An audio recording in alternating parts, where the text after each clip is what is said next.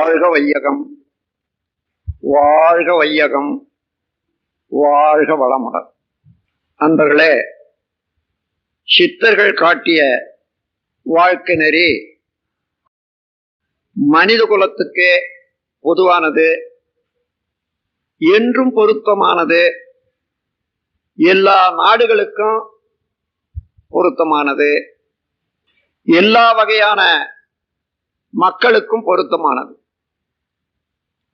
அத்தகைய பொதுமை நோக்கோடு அவர்கள் வாழ்க்கை நெறியை மனித குலத்துக்கு உணர்த்தி இருக்கின்றார்கள். சுருக்கமாக 3 பொருளிலே அவர்கள் வாழ்க்கை நெறியை முழுமையாக உணர்த்துகின்றார்கள்.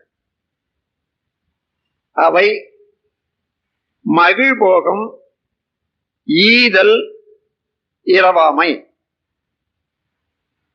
மகிழ்போகம், ஈதல், இரவாமை என்ற 3 தத்துவங்களிலேயே அவர்கள் உலக மக்கள் அனைவரையும் கவரத்தக்க, இணைக்கத்தக்க வாழ்க்கை நெறியை வழங்கியுள்ளார்கள். மகிழ்போகம் என்று சொன்னால் அதை நல்ல முறையிலே விளங்கிக் கொள்ள வேண்டும்.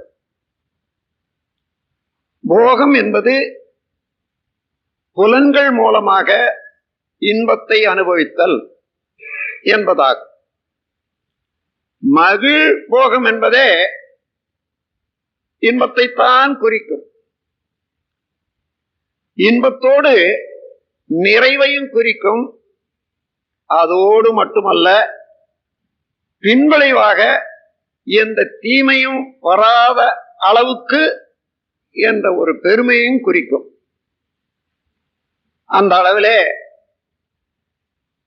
ஒரு இன்பத்தை அனுபவிக்க வேண்டுமானால் அவர்கள் காட்டு நெறி அளவு முறை அறிந்து புலன்களை உபயோகிக்க வேண்டும் என்பது முதல் அவர்கள் உணர்த்தும் அறிவு ஆகும். ஒரு இன்பம் புலன்கள் மூலமாக ஒரு இன்பத்தை அனுபவிக்கிறோம் என்றால் அந்த காலத்தில அனுபவிக்கக்கூடியவர்களுடைய உடலிலே இருக்கக்கூடிய உயிர் காந்தம், ஜீவகாந்த சக்தியானது அழுத்தமாக, ஒளியாக, ஒலியாக, சுவையாக, மனமாக மாறி தொடர்பு கொள்ளும் பொருளுக்கு ஏற்ப இன்பமாகவோ துன்பமாகவோ உணர்ச்சியாக எழுகின்றன. அப்பொழுது உடலிலே இருக்கக்கூடிய ஜீவகாந்த சக்தி அது மாற்றம் பெறும்போது, புலன்கள் கருவிகள் மூலமாக மாற்றம் பெறும்போது அது புலன் தாங்கு அளவுக்கு இருக்க வேண்டும் என்பது முதல் கருத்து. உதாரணமாக, நம் உடலிலே ஜீவகாந்த சக்தியானது அழுத்தம், ஒளி, ஒலி, சுவை, மனம் என்ற 5ஆக மாற்றம் பெற்று செலவாகிக் கொண்டே இருக்கிறது. உடல் இயக்கம், மன இயக்கம் இரண்டுமே அதன் மூலம்தான் நடைபெறுகின்றது. அப்பொழுது அந்த ஜீவகாந்த சக்தி மாற்றம் பெறும்போது அழுத்தமாக, ஒளியாக, ஒலியாக, சுவையாக, மனமாக அந்தந்த கருவிகள் அதை மாற்றி தருகின்றது. அப்படி மாற்றும் போது அந்த கருவிகளிலே உள்ள மாலிகுலர் ஸ்ட்ரக்சர், அணு அடுக்குகள் முறையாக மாற்றம் பெறும்போது, அளவோடு மாற்றம் பெறும்போது நல்ல முறையிலே இயங்கும், இனிமையாக இருக்கும். அளவுக்கு மீறி மாற்றம் பெறும்போது அந்த கருவிகள் தாங்காது, அங்கே உள்ள அணு அடுக்குகள் சீர்கோலையும் துன்பம் உண்டாகும். உதாரணமாக மனிதனுடைய உடலிலே இந்த ஐவகையான மாற்றங்கள் ஜீவகாந்த சக்தியினால பெற்று உணர்வுகளாக இருக்கின்றது. எப்பொழுதுமே அந்த தொகுப்பான இயக்கத்துல அழுத்தம், ஒளி, ஒலி, சுவை, மனம் என்ற ஐந்தும் ஓரளவில் கழிவுகளாக வெளியேறிக்கொண்டே இருக்கும். தோல் என்ற தொடு உணர்வு மூலம் அழுத்தமும், கண்ணின் மூலம் ஒளியும், நாவின் மூலம் சுவையும், மூக்கின் மூலம் மனமும், காதின் மூலம் ஒலியும் எப்பொழுதுமே வெளியாகிக் கொண்டே இருக்கும். அந்த வெளியாகிக் கொண்டிருப்பது ஒரு யூனிட் என்று வச்சுக்கொள்ளுங்க. அது எந்த பொருளோடு நாம் புலன்கள் மூலமாக தொடர்பு கொள்ளுகிறோமோ அந்த பொருளிலே உள்ள அழுத்தம், ஒளி, ஒலி, சுவை, மனம் இவற்றுக்கு ஏற்ப அந்த அளவுக்கு நம்முடைய ஜீவகாந்த சக்தி மாற்றம் பெற்று உயர்கிறது. உதாரணமாக நம் உடலிலே இருந்து ஒரே ஒரு யூனிட் ஒலி காதின் மூலமாக எப்பொழுதும் வெளியே கொண்டே இருக்கிறது என்று வைத்துக் கொள்ளுங்கள். 10 யூனிட் ஒலி வெளியில எங்கோ எழுந்து இயங்கிக் கொண்டிருக்கிறது. நம் காதிலிருந்து வெளியாகக்கூடிய ஒலி பரவிக்கொண்டே இருக்கிற போது அந்த ஒலியோடு இது சந்திக்கிறது. அது 10 யூனிட், இது 1 யூனிட். அங்கே போன உடனே அதற்கு மேல் தாண்ட முடியாமல் அது திருப்பப்படுகிறது, ரிஃப்ளெக்ஷன். திரும்பிய பிறகு நமது உடல்ல உள்ள ஜீவகாந்த சக்திக்கும் அந்த ஒலிக்கும் ஒரு தொடர்பு ஏற்பட்டு அங்கே உள்ள 10 யூனிட் ஒலி அளவுக்கு நம்முடைய ஜீவகாந்த சக்தி செலவாகும் அளவு உயர்கிறது காது என்ற கருவியின் மூலம். அதே 10 யூனிட் அளவுக்கு கன்வர்ஷன் மாற்றம் பெறுகிறது. அப்பொழுதுதான் நாம் உணர்கிறோம் அந்த ஒலியை. உண்மையிலேயே நாம் ஒலியை உணர்வது அல்ல, வெளியிலே இருக்கக்கூடிய ஒலியை நாம் உணரவில்லை. அந்த ஒலி நமது உடலிலே உள்ள ஜீவகாந்த சக்தியை மாற்றம் பெறுவதற்கு, அந்த அளவுக்கு மாற்றம் பெறுவதற்கு தூண்டி விடுகிறது. இருந்த நிலை 1, இப்பொழுது மாற்றம் பெற்ற நிலை 10. 1க்கும் 10க்கும் இடையே 9 யூனிட் அதிகமாயிற்றல்லவா? அதுதான் நமக்கு ஒலி உணர்வாக இருக்கிறது. நாம் வெளியிலே இருக்கக்கூடிய ஒலியை கேட்கிறோம் என்று நினைக்கிறோம். இல்லை, அந்த ஒலி நம்முடைய உள்ளொலியை ஊக்குவிக்கிறது. இருந்த நிலைக்கும் எழுச்சி பெற்ற நிலைக்கும் உள்ள வித்தியாசத்தை உணர்கிறோம். அப்ப எதை உணர்கிறோம்? நம் உடலிலே உள்ள ஜீவகாந்த சக்தி இருந்த நிலைக்கும் மாற்றம் பெற்று உயர்ந்த நிலைக்கும் உள்ள வித்தியாசத்தை உணர்கிறோம். இவ்வாறு எந்த பொருளோடு நாம் தொடர்பு கொண்டாலும் சாதாரணமாக நார்மல் என்று சொல்லக்கூடிய ஒரு யூனிட்டிலே இருந்து பார்க்கும் பொருளிலே இருக்கக்கூடிய யூனிட்டுக்கு அது உயரும் போது அந்த உயர்வுக்கு தக்க மாற்றம் நமது ஜீவகாந்த சக்தி உடலிலே இருந்து மாற்றம் பெறுகிறது அல்லவா? அவ்வ கருவிகள் மூலம் அதைத்தான் நாம் உணர்கிறோம். அதைத்தான் பெரியோர்கள், ஒரு நாய் எலும்பை கடித்துக் கொண்டிருக்கிறது, எலும்பிலே சதை இல்லாத போனாலும் அது சிறிது நேரம் கடித்த பிறகு அந்த எலும்பு வாயிலே புக்கிறது, ரத்தம் வருகிறது. ஆனால் வந்தவுடனே அந்த ரத்தத்தினுடைய சுவையே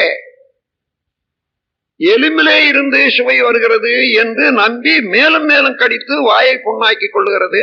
அதுபோல மனிதன் வெளியிலே இருக்கக்கூடிய பொருட்களிலே இருந்துதான் இன்பம் வருகிறது என்று எண்ணி எண்ணி மேலும் மேலும் மேலும் மேலும் தன்னுடைய உயிர் அலையை, உயிர் காந்தத்தை செலவிட்டு நொந்து போகிறான். நோய்வாய்ப்படுகிறான் என்று விளக்குகிறார்கள். அப்படி எந்த பொருளோடு நாம் தொடர்பு கொண்டாலும் கருவி தாங்கும் அளவுக்கு நாம் இன்பத்தை அனுபவிக்க வேண்டும். அதோடு நிறுத்தி கொண்டால் இன்பம் இன்பமாகவே இருக்கும். கருவி தாங்காத அளவுக்கு அல்லது கருவி தாங்க அளவுக்கு மேலாக ஒரு இன்பத்தை நாம் தொடர்ந்து அனுபவிக்கும் போது நம்முடைய ஜீவகாந்த சக்தி அளவுக்கு மீறி செலவாகி வறட்சி ஏற்படும். அந்த வறட்சியின் காரணமாக உடல்ல உள்ள உறுப்புகளோ அல்லது மூளையினுடைய உறுப்புகளோ கருவிகளோ இவைகளெல்லாம் பழுதடையும், நோய்வாய்ப்படும், துன்பங்கள் ஏற்படும். ஆகவே இன்பம் இன்பமாகவே இருக்க வேண்டுமானால் அளவோடு இருக்க வேண்டும். அளவுக்கு மீறி எந்த இன்பம் மீறினாலும் துன்பமாக மாறும். ஆகவே மகிழ்போகம் என்ற வார்த்தையில இன்பம் இன்பமாகவே இருக்க வேண்டும் என்றால் விழிப்பு நிலை வேண்டும்.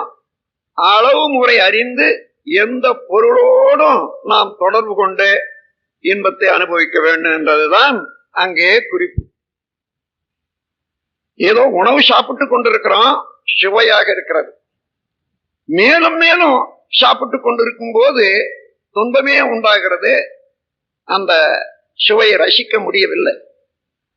உணவிலே இருந்து சுவை இருக்குமே ஆனால் மேலும் மேலும் இன்பமாகத்தானே இருக்கணும், அதிகமாக சுவைக்க சுவைக்க. அப்படி இல்லை, நாவு எரிகிறது, வேண்டாம் என்று தள்ளி விடுகிறோம். அப்பொழுது நம்முடைய உடலுக்கு பொருந்தா நிலை அல்லது தேவையற்ற நிலை என்று ஏற்படுகிறது. அப்போ உடலை பொறுத்ததே தவிர அது அந்த பொருளை பொறுத்தது அல்ல துன்பம்.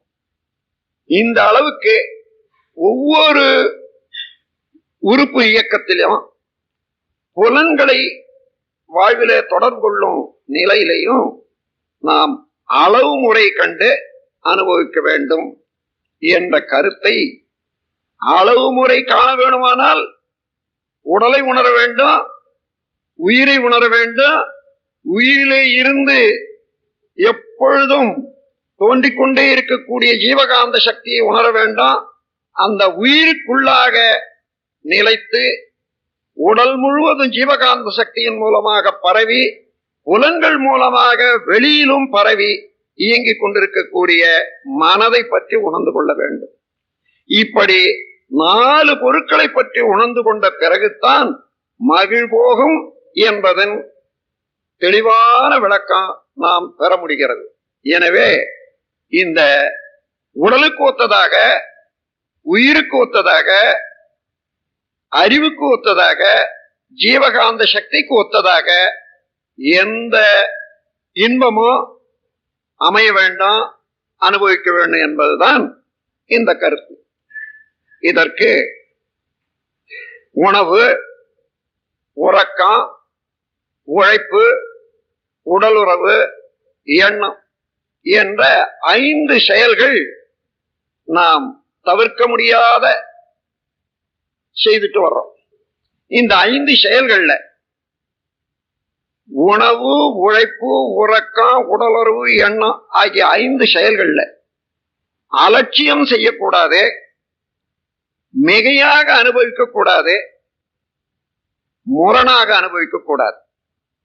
இந்த 3 வகையிலும் தவறு செய்யாமல் இருப்போமேயானால் நாம் எந்த அனுபவமோ இன்பமாகவே இருக்கும், உடல் நலமாக இருக்கும், உயிர் வளமாக இருக்கும், மனம் அமைதியாக இருக்கும். உதாரணமாக பசி எடுக்கிறது, அது குறிப்பிட்ட காலத்தில் அந்த பசி நீக்கிக் கொள்ள வேண்டும். அதை அலட்சியம் செய்து விட்டு விட்டோமானால் உடலிலே உதிர்ந்து போகக்கூடிய செல்களுக்கு பதிலாக அந்த காலியாக இருக்கக்கூடிய இடத்துல இருந்து வரக்கூடிய இழுவை சக்தி தான் குடலிலே வந்து தாக்கும் போது பசி உணர்வாக ஆகிறது. அங்கே உணவு இல்லை ஆனால் என்ன ஆகும்? 2 வகையில துன்பம் தோன்றும். ஒன்று, உணவை சீரணிக்கிறதுக்காக அங்கே ஹைட்ரோகுளோரிக் ஆசிட் என்று உடல்ல இறப்பையில உற்பத்தி ஆகிக்கொண்டே இருக்கும். அது உணவு இல்லையானால் அந்த உறுப்பையே அழிக்கக்கூடிய எரிக்கக்கூடிய ஒரு ஆற்றல் உடையது ஹைட்ரோகுளோரிக் ஆசிட். காலத்தோட உணவு வயிற்றில செலுத்தவில்லையானால் உடல்ல உதிர்ந்து விட்ட அணுக்களுக்கு பதிலாக அது மாற்றணுக்கள் இல்லாம காரணத்தினால உடல்ல பலகீனம், வேலை செய்ய இயலாமை, சக்தியின்மை என்பதெல்லாம் ஏற்படும். அது தொடர்ந்து அதிகமாக போனால் அதுவும் ஒரு நோய். அதே போல மிகையாக உணவு உண்டா என்ன ஆகும்? அந்த உணவு தேக்கம் வரும், குடிச்சு போகும், நல்ல ரசம் பிரிக்க முடியாது, அதனால நல்ல ரத்தம் ஓட முடியாது, அதனாலேயும் கேடு உண்டாகும். முரணான உணவு என்று வைத்துக் கொள்ளுங்கள். நாம் ஏதோ ஒரு அளவுல அரிசி சாதம் சாப்பிட்டோம் அல்லது கோதுமை உபயோகப்படுத்தி வர்றோம். திடீரென்று யாரோ சொன்னார்கள் வேறு ஒரு தானியம் இருக்கிறது அல்லது இம்மாதிரியான உணவு இருக்கிறது, அதை சாப்பிட்டா உடலுக்கு நல்லது, இது விஞ்ஞான முறையில நிரூபிக்கப்பட்டது என்று சொல்றாங்க. உடனே நீங்க சாப்பிட ஆரம்பிச்சீங்கன்னா அது பொருந்தாது. இந்த உடல்ல உள்ள செல்கள் எல்லாம் ஒரு வகையான உணவை ஏற்று பழகி ரெடியாக அதையே அதிலிருந்தே சக்தி எடுக்கத்தான் பழகி இருக்கிறது. திடீரென மாற்றம் கொடுத்தமானால் அது ஏற்றுக்கொள்ளாது. அதனாலே சில துன்பங்கள் உண்டாகும். இது போன்று உணவு உழைப்பும் அப்படித்தான். அலட்சியம் செய்யக்கூடாது. அலட்சியம் செய்து உழைக்காமலே இருந்தா உடல்ல இருந்து வெளியேற வேண்டிய உதிர வேண்டிய அணுக்கள் உதிராமல் தேக்கமுற்று அதனாலேயும் நோய் உண்டாகும். உழைப்பு அதிகமாக இருந்தால் அதிக அணுக்கள் வெளியேறி அதனாலே சோர்வு உண்டாகும். முரண்பாடான வேலையாக இருந்தால், அதாவது நீங்க எழுத்து வேலையை செய்துட்டு வரீங்க, ஒரு நாளைக்கு மண்ணு தூக்கி போடுற வேலையை செய்யலான்னுட்டு போனா அது முடியாது, அது உடலுக்கு தொல்லையாக இருக்கும். அம்மாதிரி முரண்பாடாக வேலை செய்ய முடியாது. அதே போல உறக்கம், உடல் உறவு, எண்ணம், இந்த ஐந்தையும் எடுத்துக்கொள்ளுங்க. அலட்சியம் செய்தாலும் மிகையாக அனுபவித்தாலும் முரணாக அனுபவித்தாலும் உடலுக்கு துன்பம் உண்டாகும், நோய் உண்டாகும். ஆகவே இவற்றையெல்லாம் மிதமாக இருக்க வேண்டுமானால் முன்ன உள்ள அனுபவம், அவ்வப்போது ஏற்படக்கூடிய சூழ்நிலை, எதிரில் விளையக்கூடிய விளைவு, இந்த மூன்றையும் இணைத்து கொண்டு அவ்வப்போது சரியான முறையில திட்டமிட்டு அளவு கண்டு முறையோடு அனுபவிக்க வேண்டும். இவ்வளவையும் விளக்குவதுதான் மகிழ்போகம் என்ற வார்த்தை. அதற்கு அடுத்தது ஈதல் என்பது இரண்டாவது தத்துவம். மனிதனுக்கு இருக்கக்கூடிய ஆற்றல், அறிவாற்றலும் சரி, உடல் அமைப்பும் சரி, மற்ற உயிர்களை விட மேலான ஆற்றலாக அமைந்திருக்கிறது. ஆறாவது அறிவு என்பது இந்த பிரபஞ்சத்தில் உள்ள எல்லா பொருட்களிலேயும் அறிவு எவ்வாறு இயங்கிக் கொண்டிருக்கிறதோ அவற்றையெல்லாம் அறிந்து அவற்றோடு நல்ல முறையிலே தொடர்பு கொள்ளக்கூடிய அளவுக்கு ஒரு நுட்பமான தெளிவான அறிவு மனிதனுக்கு உண்டு. அதே போன்ற உடல்ல உள்ள கருவிகளும் எந்த வகையான உறுப்புகளையும் உபகருவிகளையும் எந்திரங்களையும் இயக்க வல்லது.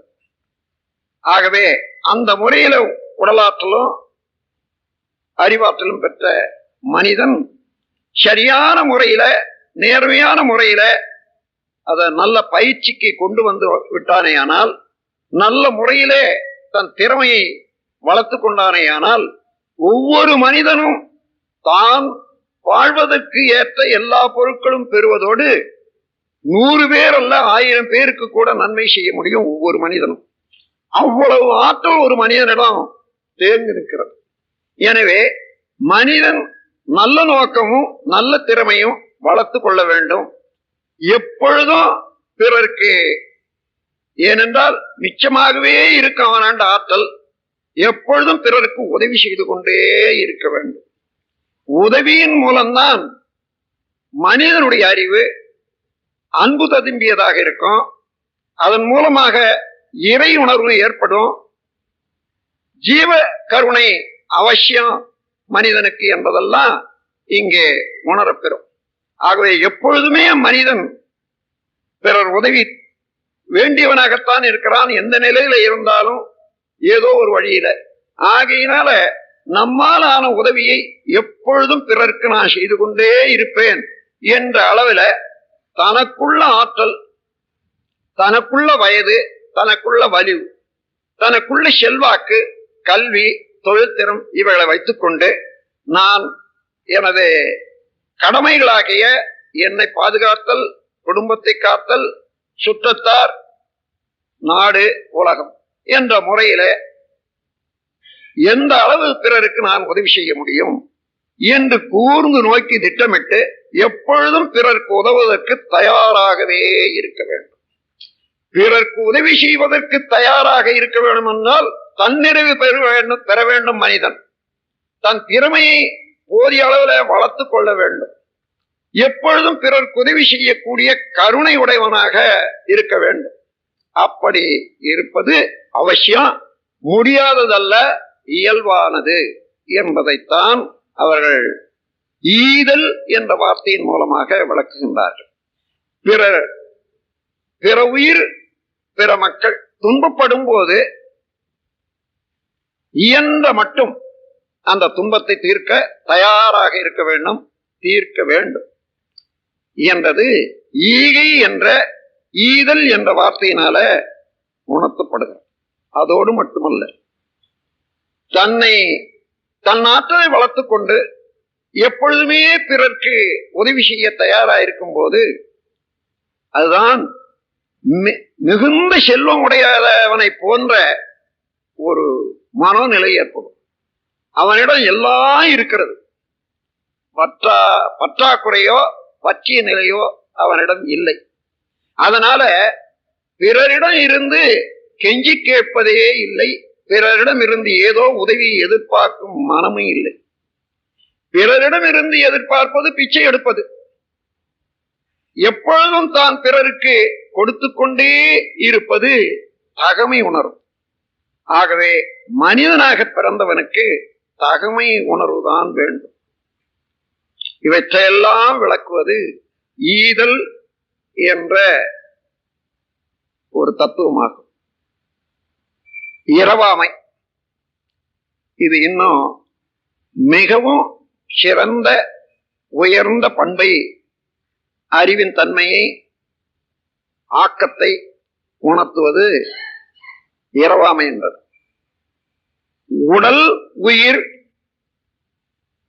அறிவு, ஜீவகாந்தம் இந்த நான்கையும் நல்ல முறையில உணர்ந்து கொண்டால் ஒரு மனிதன் என்ற தன்மையினாலே உயிர் உடலிலே தேங்கி நிற்கிறது, தங்கி நிற்கிறது. எவ்வாறு உயிர் இருக்கிறது, அந்த உயிர் இயக்கம் நடைபெறுகிறது, அதிலே அறிவு இயக்கம் எவ்வாறு நடக்கிறது என்று தெரிந்து கொண்டால் அந்த உயிரையே அறிவால் நடத்தத்தக்க வல்லமை, தெளிவு, ஆற்றல் மனிதனுக்கு உண்டாகிவிடும்.